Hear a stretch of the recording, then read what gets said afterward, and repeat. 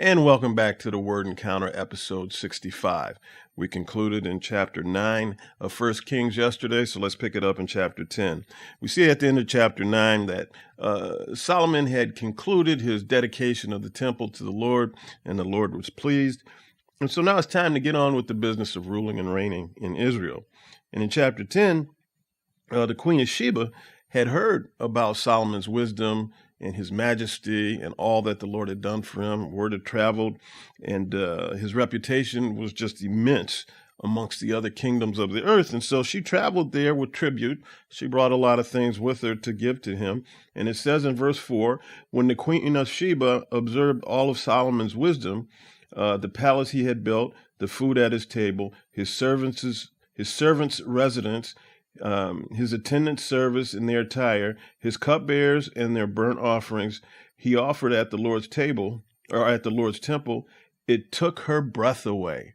And so here's the Queen of Sheba going away, and she's looking around. It's like, oh, I've never seen anything like this.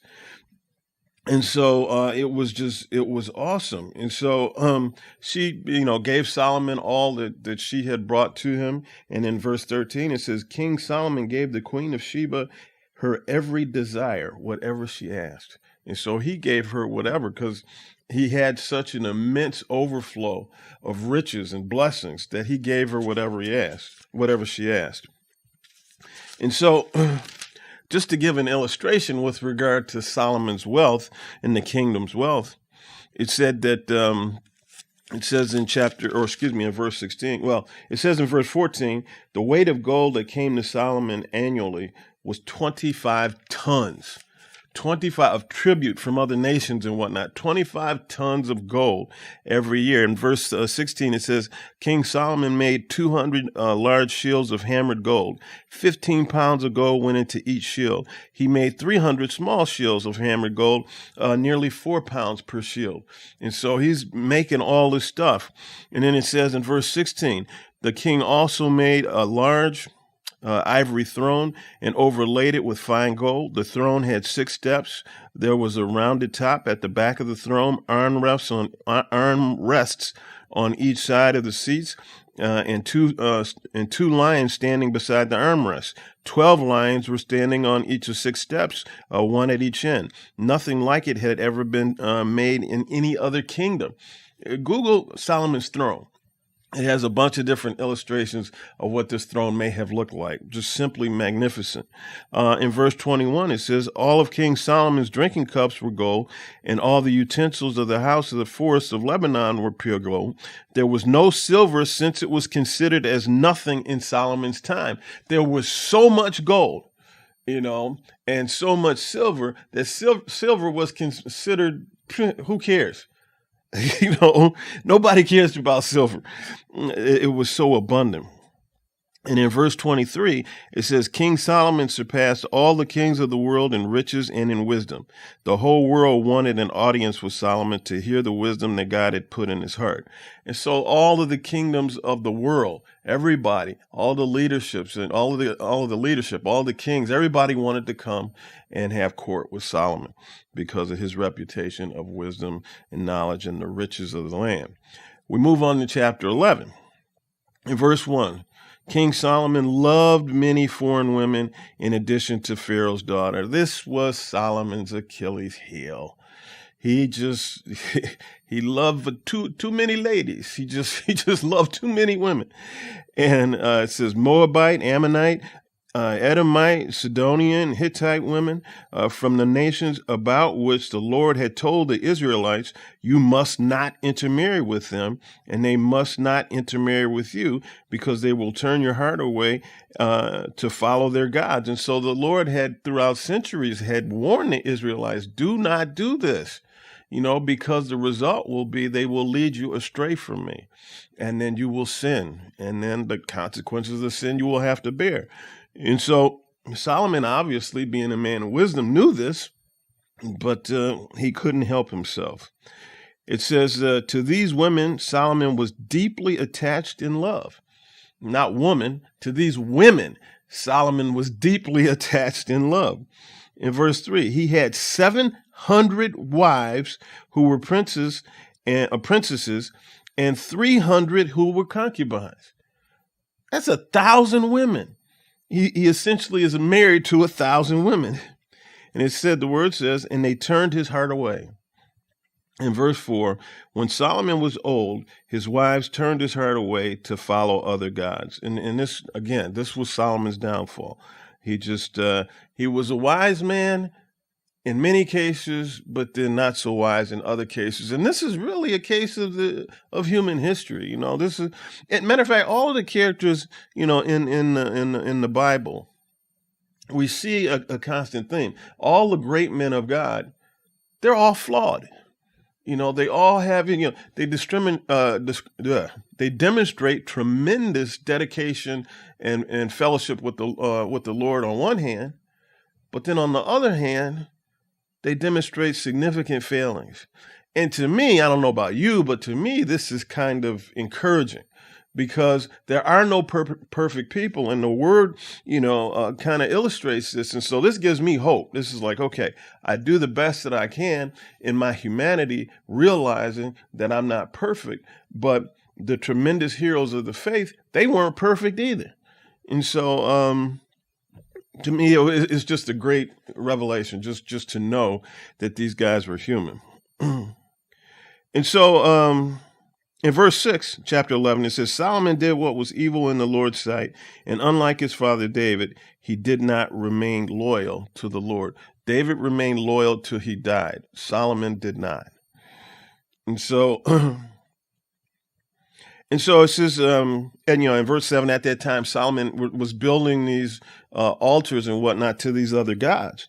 And in verse 8, he says, he did the same thing for all his foreign wives who were burning incense and offering sacrifices to their gods. So he built altars for them too, to sacrifice to their gods. And in verse 11, it says, then the Lord said to Solomon, since you have done this and did not keep my covenant and my statutes, which I commanded you, I will tear the kingdom away from you and give it to your servant. However, I will not do it during your lifetime for the sake of your father David. I will tear it out of your son's hand. Yet I will not tear the entire kingdom away from him. I will give one tribe to your son for the sake of my servant David and for the sake of Jerusalem that I choose. Or that I chose. And so the Lord is telling Solomon, look, you're done. I'm through with you. But I'm not going to take it from your hand, because your dad was faithful to me. But from your son, I'm going to take it. But I'm not going to take the whole nation of Israel away from you. I'm going to leave you a tribe, but everything else will go to somebody else, to your servant. In verse 14, so the Lord raised up Hadad the Edomite as an enemy against Solomon. He was of the royal family of Edom. And so David did massive destruction in Edom. And so the Lord raised up Hadad to come against Solomon. And it says in verse 23, the Lord raised up Rezin, the son of Eliada, as an enemy against Solomon. So he raised up somebody else as an enemy against Solomon. So the Lord is now raising up enemies against Solomon because Solomon had sinned. It says in verse 26, now Solomon's servant, Jeroboam, son of Nebat, he was an Ephraimite from Zerida. And it says Jeroboam rebelled against Solomon. So this is somebody from the house of Israel inside, that is now being raised up to rebel against Solomon. All of these rebellions are rising. All of these people are coming and starting to come against Solomon, again, because of his own actions. In verse 29, during that time, the prophet Ahijah, the Shilonite, met Jeroboam on the road as Jeroboam came out of Jerusalem. Now Ahijah had wrapped himself with a new cloak, and the two men were alone in the open field. Then Ahijah took hold of the new cloak he had on, tore it into 12 pieces, and said to Jeroboam, take 10 pieces for yourself, for this is what the Lord of Israel says. I am about to tear the kingdom out of Solomon's hand. I will give you 10 tribes, but one tribe will remain his for the sake of my servant David and for the sake of Jerusalem, the city I chose out of all the tribes of Israel. And so he says, I'm going to take 10 tribes, give them to you, and one tribe I'm going to leave with Solomon. And you say, well, that's 11. What about the 12 tribes? Well, the 12th one was Benjamin, and they kind of went with Judah as well. And so again, the Lord says, look, I'm going to take 10 and leave some with him. But it says in verse 37, I will appoint you, the Lord is talking to Jeroboam, and you will reign as king over all you want, and you will be king over Israel. And so the Lord has told his prophet Ahijah to tell this to Jeroboam. And so, cool. And so then this word gets back to Solomon some kind of way. And in verse 40, it says, therefore Solomon tried to kill Jeroboam, but he fled to Egypt. And this is where he remained until Solomon's death. And so Solomon tried to get at Jeroboam before he could rip the kingdom out, but he flees to Egypt, and he waits there until Solomon dies. And in verse 42, it says, the length of Solomon's reign in Jerusalem over all Israel totaled 40 years. Solomon rested with his fathers and was buried in the city of his father David. His son Rehoboam became king in his place. And so we don't see Solomon, like David, giving any speeches or any kind of encouragement as he knows he's going into his phase of death to the people to encourage them. It just says Solomon died. And that was that. Essentially, that was that. And so Solomon was a man of wisdom, but he was also a man of foolishness. And so, again, we have this internal human struggle that exists for most people throughout their lifetimes, and Solomon was no different. We go into chapter 12. It says, that Rehoboam, this is Solomon's son, went to Shechem, for all Israel had gone to Shechem to make him king. Then Jeroboam, son of Nebat, heard about it. He stayed in Egypt. So Jeroboam heard about this, that Solomon had died. And again, he was hiding from Solomon, so he didn't go anywhere. And it says in verse 3, but they, the people, summoned him, and Jeroboam and the whole assembly of Israel came and spoke to Rehoboam. It says in verse 4, your father made our yoke harsh. You, therefore, lighten your father's harsh service and the heavy yoke he put on us, and we will serve you. And so the people are making an appeal to Rehoboam, Solomon's son. Look, your father was harsh on us, but if you will lighten our load a little bit, we'll serve you. And so Rehoboam says, okay, give me 3 days to think about this. And so he goes and he consults with the elders. And it says in verse 6, then King Rehoboam consulted with the elders who had served his father Solomon when he was alive. In verse 7, they replied, today, if you will be a servant to this people and serve them, and if you respond to them by speaking kind words to them, they will be your servants forever. So the elders are saying, look, be kind to them, lighten their load a little bit, no problem. They're going to serve you forever. Verse 8, but he, being Rehoboam, rejected the advice of the elders. He didn't like it. And he consulted with the young men who had grown up with him and attended him. And so he said, no, I don't like this. Let me go talk to my boys, is essentially what Rehoboam told himself. And that's what he did. And this is what his boys told him. And he said, his boys tell him, this is what you should tell the people, Rehoboam. My little finger is thicker than my father's waist. Although my father burdened you with a heavy yoke, I will add to your yoke. My father disciplined you with whips, but I will discipline you with barbed whips. And so his boys are telling him, no, go in the exact opposite direction, double down, and tell him, no. My father was lenient as far as I'm concerned, so this is what I'm going to do. And so then in verse 15, the king did not listen to the people because this turn of events. And so the king didn't listen to the elders, okay, because this turn of events came from the Lord to carry out his word, which the Lord had spoken through Ahijah to Jeroboam, son of Nebat. And so this didn't. So in other words, Rehoboam's heart was hardened, against the people because this was the plan of the Lord. And so this is what he wanted to happen.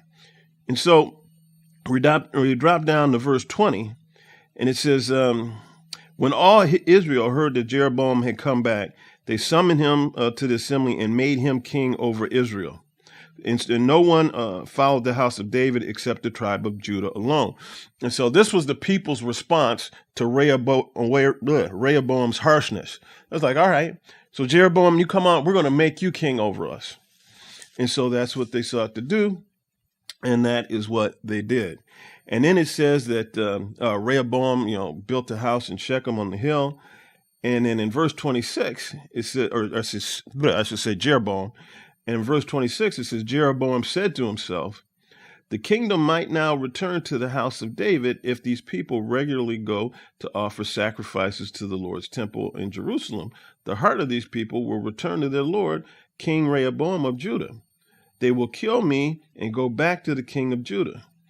And so this is, so the word says again in verse 26, Jeroboam said to himself. So he's talking to himself. Look, whenever you start to talk to yourself in your head and you've got nobody to counsel with or whatever, a lot of times that leads to bad decisions. And so we see that Jeroboam has convinced himself that, hey, if I don't do something to give these people somewhere to go and worship, they're going to go back to Jerusalem. Then they're going to return to Judah and to Rehoboam, and they're going to kill me.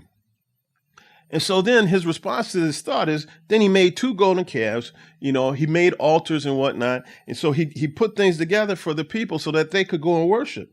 And it says in verse 31, Jeroboam also made shrines on the high places and made priests from the ranks of the people who were not Levites. And so he's just going off on his own now. He's making a solution to what he perceives as a problem. In verse 33, he offered sacrifices on the altar he had set up in Bethel on the 15th day of the 8th month. He chose this month on his own. And so we see again that Jeroboam is making up stuff as he goes along. He's making up his own process of worship. He's making up his own ordinances and whatnot with regard to who can do what. He's making up he's actually making up no guidelines. Anybody can do anything. He just wants the people to be able to go and worship something, anything, as a substitute for going to Jerusalem to worship the Lord. And so that's what he put in place. And so we will start with chapter 13 tomorrow. Everybody have a blessed day. Bye-bye.